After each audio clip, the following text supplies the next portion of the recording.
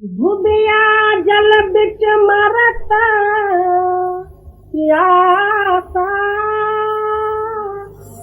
Dubia जल बिच मरता प्यासा। धोबी जो है सारे आदमी या दुनिया के कपड़े इकट्ठा करके धोने के लिए पानी में खड़ा होकर धोते रहते। अकस्मात उसको प्यास लगी और आप खुद पानी में खड़ा है, विचार करता है कि ये कपड़ा जो है मैं धो के पानी पी लूं, और वो कपड़ा धोया तो दूसरा कपड़ा धो के पानी पी। इसी तरह जो है प्यासा ही गया मगर पानी नहीं पिया। इसी तरह जो हम भी जो है एक तरह के जो है धोबी हैं, और इस संसार रूपी जल में हम खड़े हुए। हमारा मन रूपी मलिन कपड़ा है और तृष्णा रूपी इसके अंदर में प्यास है। तो पानी जब तक ये पिएगा नहीं तब तक जो है प्यास बुझेगी नहीं। आप शायद हाथ में भी जो है गिलास भर के ले लो और पानी पानी पानी रटन करते रहो, क्या प्यास बुझेगी? जब पियोगे तब प्यास बुझेगी। इसी तरह जो है मैं आज करूंगा, कल करूंगा, अगले साल में देखूंगा, कुछ दिन के बाद देखूंगा, आगे बुढ़ा होने के बाद देखूंगा, फलाना ये देखूंगा, देखूंगा दिखाते रह गए, करना कराना कुछ भी। जब तक आप करोगे नहीं तब तक आपका काम नहीं बनेगा। कल के ऊपर जो डालता है वो समझो कि बिल्कुल अज्ञान है। कल तुम्हारा और कल का रहना भरोसा क्या है? एक श्वास अंदर का अंदर रह जाए, डॉक्टर लोग अभिप्राय देते हैं कि इसको हार्ट फेल हो, बाहर का बाहर ही रह जाए तो खत्म मामला। इतना जो है क्षण भंगुर और नाशमान इस शरीर का आयुष्य होते हुए आप महीना, 2 महीना, 4 महीना, साल भर, अगला जन्म, फलाना, ऐसे वैसे कोई ना कोई मन के ख्यालात के पीछे लगते और इस जो है पानी में खड़े हो के भी आप प्यासा मर जाओ जी। जल में ठाढ़ पिए नहीं मूर्ख, अच्छा जल है खाता। पानी में खड़ा है मगर अपनी मूर्खता से पानी पिया नहीं जाता, और जल निर्मल है, पीने लायक है और इसी के लिए है, मगर ये नहीं पीता। बाहर तृष्णा के पीछे लगता, बाल बच्चे, कुटुंब कबीला, धन संपत्ति, झूठ, तूफान, तो पीटा, इसमें अपना आयुष्य को बर्बाद। उसमें कभी सुख मिला ही नहीं, वो मृग तृष्णा है। पैसे में सुख है, सोचो कि पैसे में सुख होता है तो सबके पास भी वो सुखी होना चाहिए। वो गरीब के पास रहे तो भी वैसे ही रहे, श्रीमंत के पास है तो भी वैसा ही रहे, राज खजाने में पड़ा है तो भी ऐसा ही, और चोर और जुगारियों के पास है तो भी ऐसा ही। तो क्या उसमें सुख है? हम माने हुए हैं सुख, उसमें सुख नहीं। इसी तरह सारे पदार्थों में हम सुख माने हुए हैं, वास्तव में देखा जाए तो उसमें सुख नहीं। आप सोच लो स्त्री आदिकों में सुख है, मानने का नाम सुख है, वास्तव में उसमें सुख नहीं है। पुत्र आदिकों में सुख है, आप सोच लो कितने ही जो है जिसके पुत्र हैं रोज जो है पिता को बराबर पूजा करते हैं, वो रोते पीटते हैं, जिसको नहीं है वो भी रोते पीटते हैं। तो वो सुख ही होता तो रोना पीटना क्यों होता? तो ये सारे सामान दुखदायी है। नानक दुखिया सब संसार, सो सुखिया नाम आधार। सारा संसार दुख रूप है, एक नाम के आधार पर जो है वही सुखी है, बाकी सब दुख का मूल। और जल में ठाढ़ पिए नहीं मूर्ख, अच्छा जल है खासा। अपने घट के मरम न जाने, करे धुबियन के आशा। कहते हैं कि अपने शरीर के अंदर में वो चेतन रूपी आत्मा हमेशा के लिए कायम होते हुए इस घट के अंदर में क्या क्या वस्तु, कौन कौन से स्थान में कौन कौन सी शक्ति है, उसका रूप कैसा है और कितना जो है उसका जो है अगम्य और स्वरूप और जो है कीमत है, ये न समझते हुए बाहरी इंद्रियों के भोग वशात स्त्री आदिकों के साथ प्यार लगा के अपना आयुष्य को बर्बाद किया। हर एक जो है शास्त्रकार और महात्मा यही कहते हैं, भाई तेरा तू समझ। अब आप विचार कर लो कि कोई अपना आप समझता है, कोई पैसे को समझता, कोई स्त्री को समझता, कोई घर को समझता, कोई मकान को समझता, कोई बड़ाई को समझता, कोई राव साहेब बनता, कोई राव बहादुर बनता, इसी को ही समझा मगर तेरे को नहीं समझा। तू कौन है ये नहीं समझा। कोई ब्रह्मा को समझा तो कोई विष्णु को समझा, कोई देवी को समझा तो कोई फलाने को समझा, ये उपमा दूसरे को समझा ना, तू सारे को समझने वाला तू कौन है, इसका ख्याल नहीं हुआ। इस वास्ते आप फरमाते हैं कि अपना समझ से दूर हुआ, माया ही समझ रूपी धोबिन के पीछे लग गए। वो धोबिन जो है इसको चाहे जैसा जो है गधे के जैसा काम लेती है।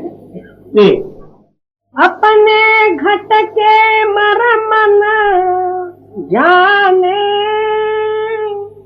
करे धुदियन के आशा,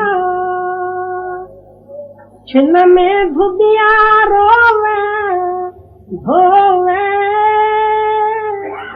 छिन्न में होय उदासा।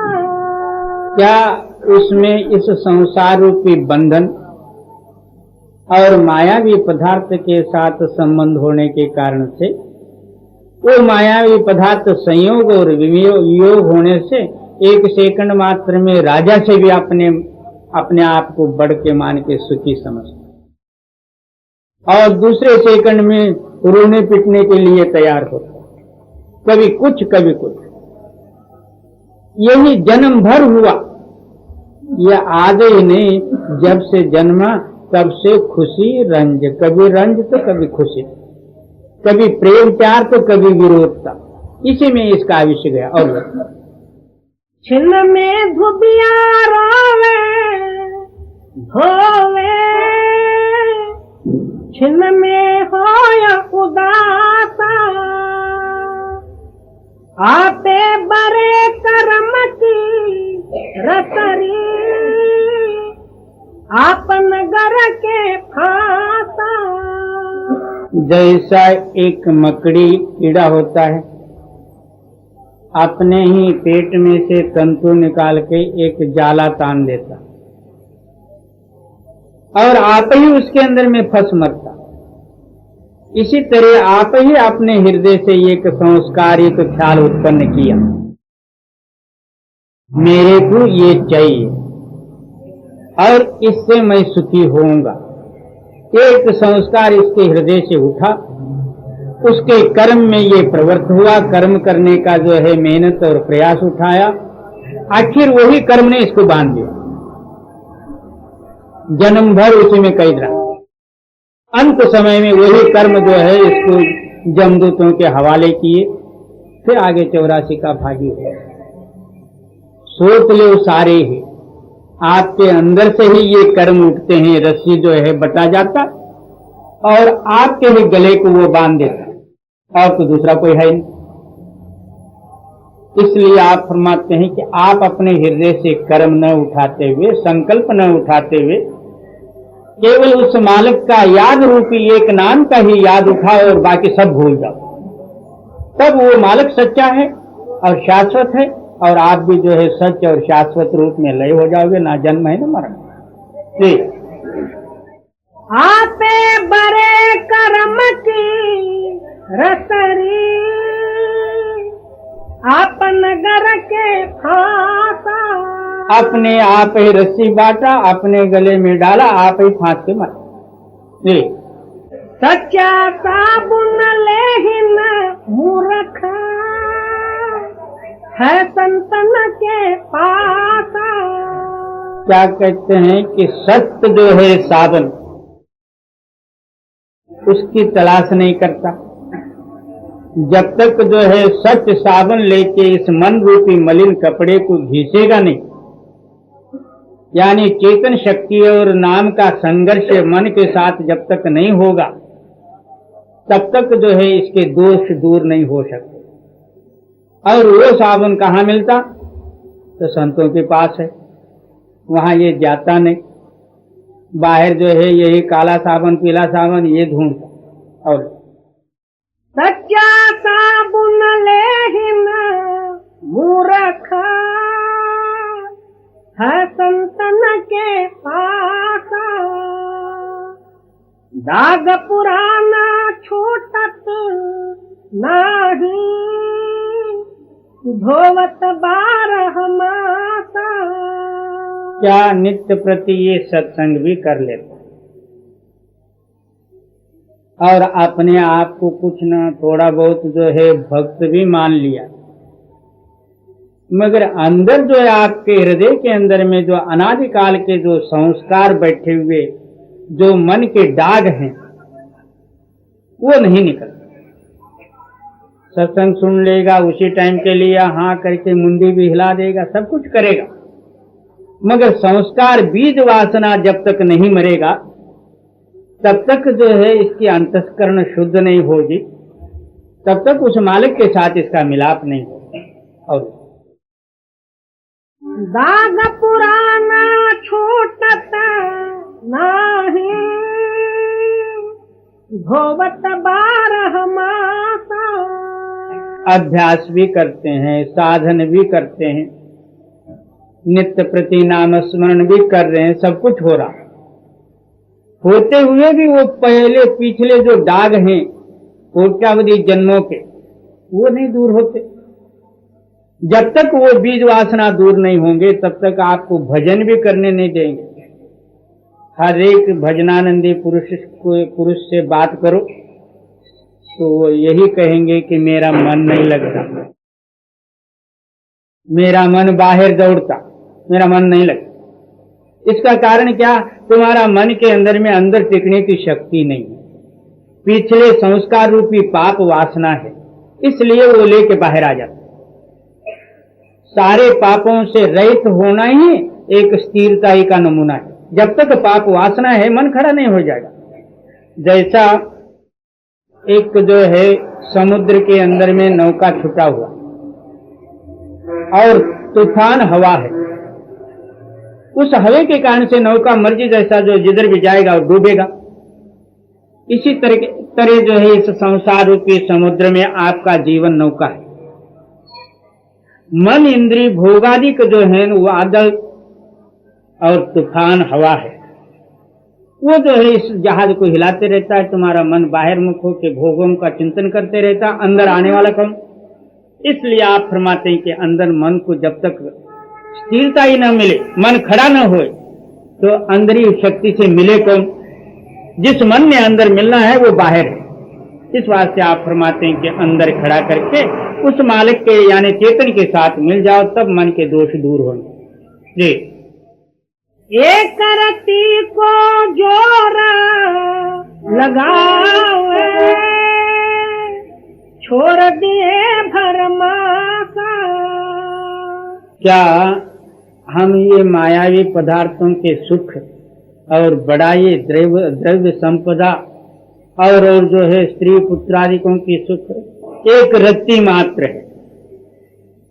क्या कहते हैं?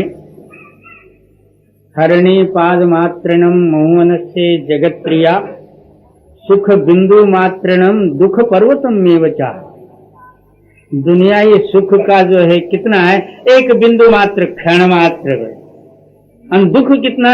पर्वताकार। ऐसा जो है रत्ती मात्र सुख के लिए हम सर्वस्व अपना आयुष्य बर्बाद करके जा रहे हैं, अमूल्य आयुष्य। और एक रत्ती को जोरा लगावे, छोड़ दिए भरमासा। कहे कबीर सुनो भाई साधो, आछत अन्न उपासा। क्या हमेशा जो है अक्षय पात्र इसके पास होते हुए ये उपवास मार यानी उपास से मर रहा जी। कहे कबीर सुनो भाई साधो, आछत अन्न उपासा।